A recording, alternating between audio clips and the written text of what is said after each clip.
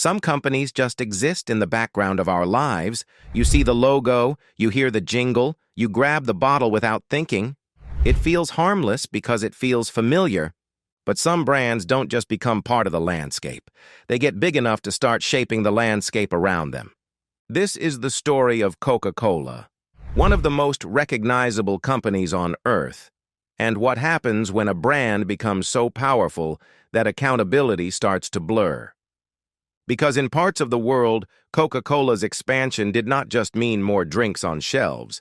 It meant fights over the one resource no one can live without: water. And when communities said, "You are taking too much," the question became simple and uncomfortable. Who is responsible when a global empire's success creates local damage? This is the story of the line Coca-Cola was accused of crossing, and what happened when the people on the other side decided to fight back. Every single day, more than 1.9 billion servings of Coca-Cola products are consumed around the world. That kind of reach doesn't just make a company successful, it gives it influence. For over a century, Coca-Cola has sold itself as happiness in a bottle, a brand built on moments that feel harmless, familiar, and universal. But power always has a cost. Because in some places, delivering that moment of happiness meant taking something far more essential from someone else. Not money, not market share, water. This is the story of how Coca-Cola's global expansion didn't just follow the landscape in parts of the world, it reshaped it. And how quiet conflicts over water exposed a question no global brand can easily answer. When power reaches everywhere, who is responsible for the damage left behind?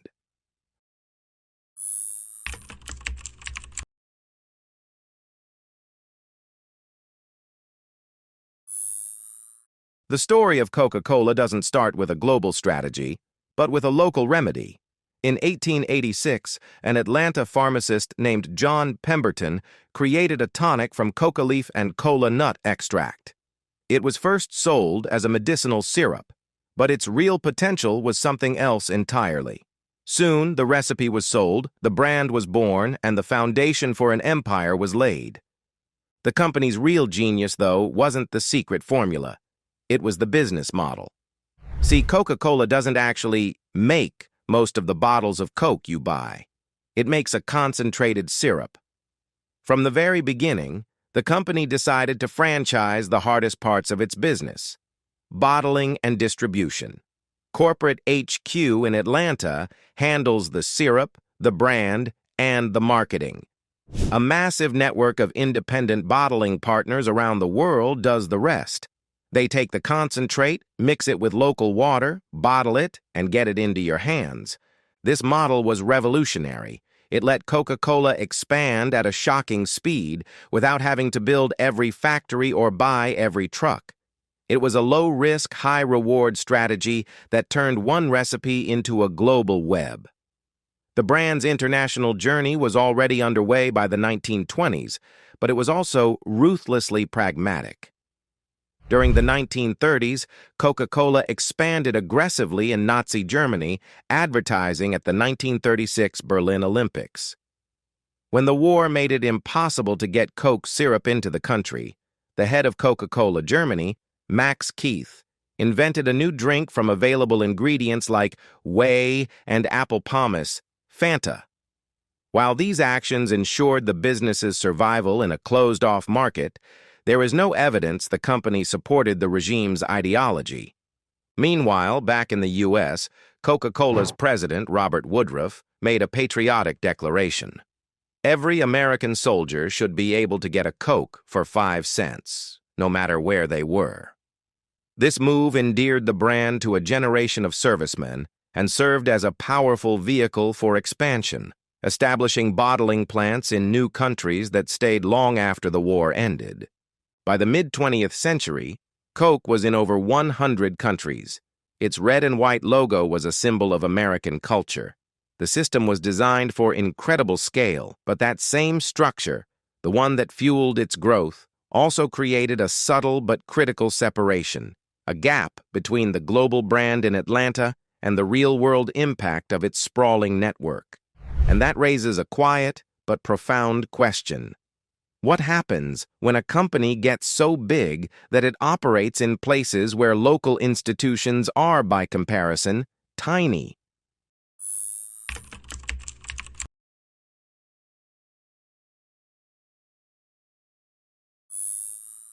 Scale changes how power works. For Coca-Cola, the franchise system meant that decision-making was split. The brand, the marketing, the secret formula, that was all tightly controlled in Atlanta. But the day-to-day stuff, like sourcing water, hiring workers, and getting local permits, was all handled by those independent bottlers. On paper, it's a clean split. The Coca-Cola Company provides the brand standards. The bottler manages the local business. In practice, though, this can create a huge gray area where accountability just disappears. Critics argue this model lets the parent company enjoy all the profits of a global operation while passing off the environmental and social costs. When a local bottling plant is accused of draining a town's water supply, the head office can, and often does, point to the franchise agreement. They can say correctly that the bottler is a separate company responsible for its own actions and for following local laws. This creates what some call a governance gap. The brand and the money are global, but the consequences are local. And in places where governments are underfunded or environmental laws aren't enforced, that gap can become a canyon. A powerful multinational working through a local partner can have immense influence. It can get special access to resources and present itself as a vital local employer, all while the parent company remains an ocean away. The brand's logo is everywhere, a constant reminder of its presence. But when problems pop up, the lines of responsibility suddenly get blurry. Is it the fault of the local bottler who drilled the well? Or is it the fault of the global corporation whose demand for billions of servings set that drilling in motion? This structure doesn't mean laws are being broken. In fact, one of its greatest strengths is operating within the law in hundreds of different places at once. But being legal isn't the same as being responsible. And in the early 2000s, in a small village in southern India, this abstract idea of blurred responsibility would become a devastating reality.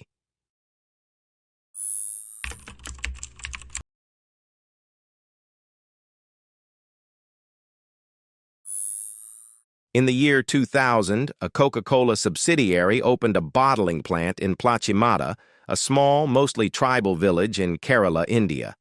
The plant was built on land that used to grow rice and vegetables. It was set to produce Coke, Fanta, and Sprite for the region. And to do that, it needed water. A lot of it. According to the permit, the plant was allowed to extract up to approximately 1.5 million liters of groundwater every single day. Within months, local residents noticed something was wrong.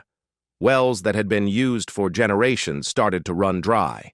The water that was left tasted strange. It looked different. And people started complaining of skin diseases and stomach problems. Farmers watched their crop yields collapse. For the people of Plachimada, who lived off the land, their entire way of life was suddenly at risk. At the same time, the plant was producing a sludge-like waste. The company offered it to local farmers as free fertilizer. But in 2003, a BBC investigation tested the sludge and the local water. The report found the sludge contained high levels of toxic heavy metals, like lead and cadmium. The water was also found to be contaminated. Coca-Cola strongly disputed these findings, citing its own studies showing the sludge was non-toxic and that its water usage was not the cause of local shortages, which it attributed to poor monsoon seasons. That was the tipping point. The villagers, led by local activists, began to organize. In April 2002, they started a continuous protest right outside the factory gates, demanding it be shut down. Their fight was simple. This was their water, and it was being taken and poisoned. The local government council, the Panchayat, sided with the residents. Citing the massive water exploitation and the public health crisis, they refused to renew the plant's license in 2003. What followed was a legal and PR war that lasted for years. Coca-Cola took them to court, arguing that a tiny local council couldn't overrule a state-level permit and that the claims about water shortages and contamination were unscientific. And here's the critical divide. Coca-Cola insisted its plant operated legally, with all the right permits. But for the people of Plachimada, the experience was undeniable. Their wells were dry, their farms were failing. They believed the factory was the cause. The case shows the gap between following the law and the actual impact on the ground. A corporation can follow the letter of a law that might be too weak to protect a shared resource, while a community experiences profound harm. The protests grew, attracting international attention. The plant was forced to shut down in March 2004. After years of court battles that went all the way to India's Supreme Court, Coca-Cola finally announced in 2017 that it had no intention of ever reopening the Plachimada plant. For the protesters, it was a victory, but a bitter one. A state government committee created to assess damages estimated the total harm to the community at over 2 billion rupees, or about an estimated $28 million. To this day, that compensation has not been paid. The case remains a powerful global symbol of a local community's fight against a corporate giant. The story of Plachimada reveals the tension between global business and local resources. On this channel, we examine how power behaves when it stretches beyond accountability. If you want to keep exploring these systems, consider subscribing.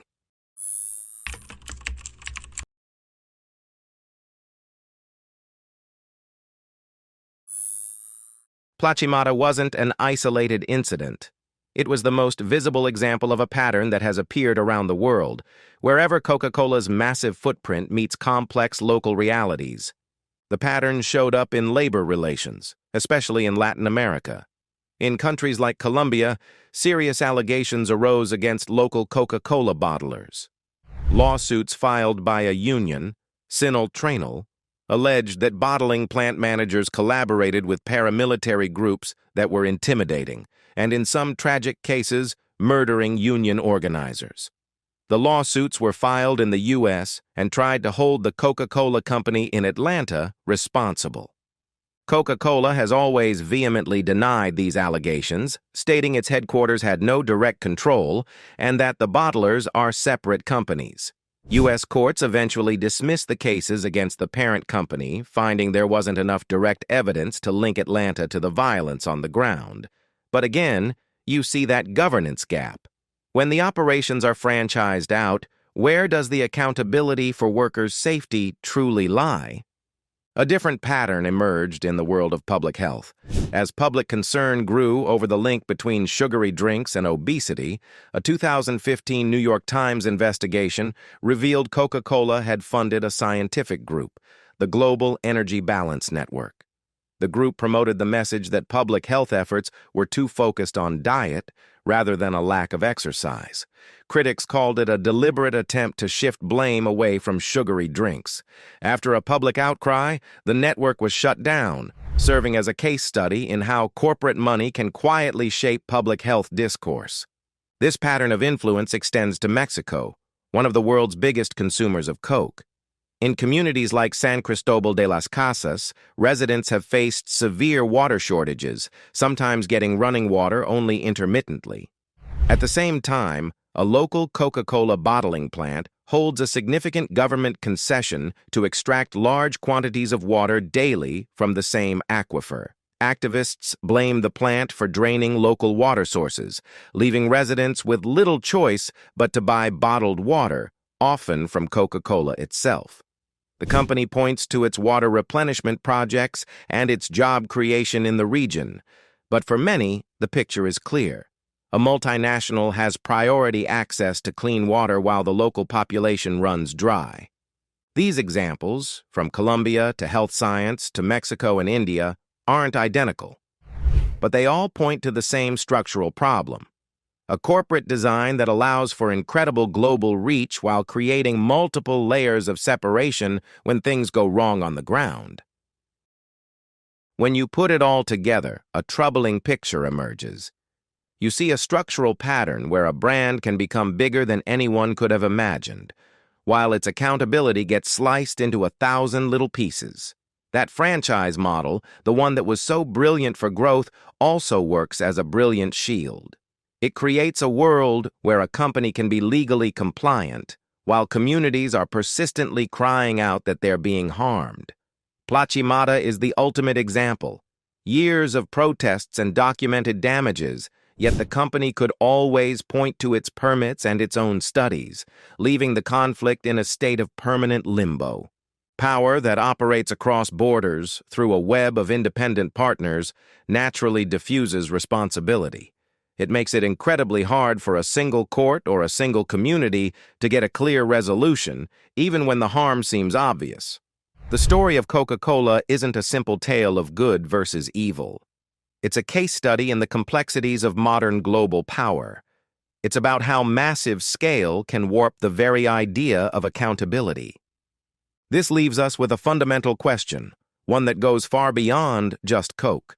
As corporations continue to grow, with resources and influence that rival entire nations, who holds them accountable? This tension may be an unavoidable cost of a global economy, or it may be a sign that our standards of accountability haven't kept up with modern power. These questions don't have easy answers, but they shape the world we live in. If you want to keep examining how power operates behind the scenes, subscribe.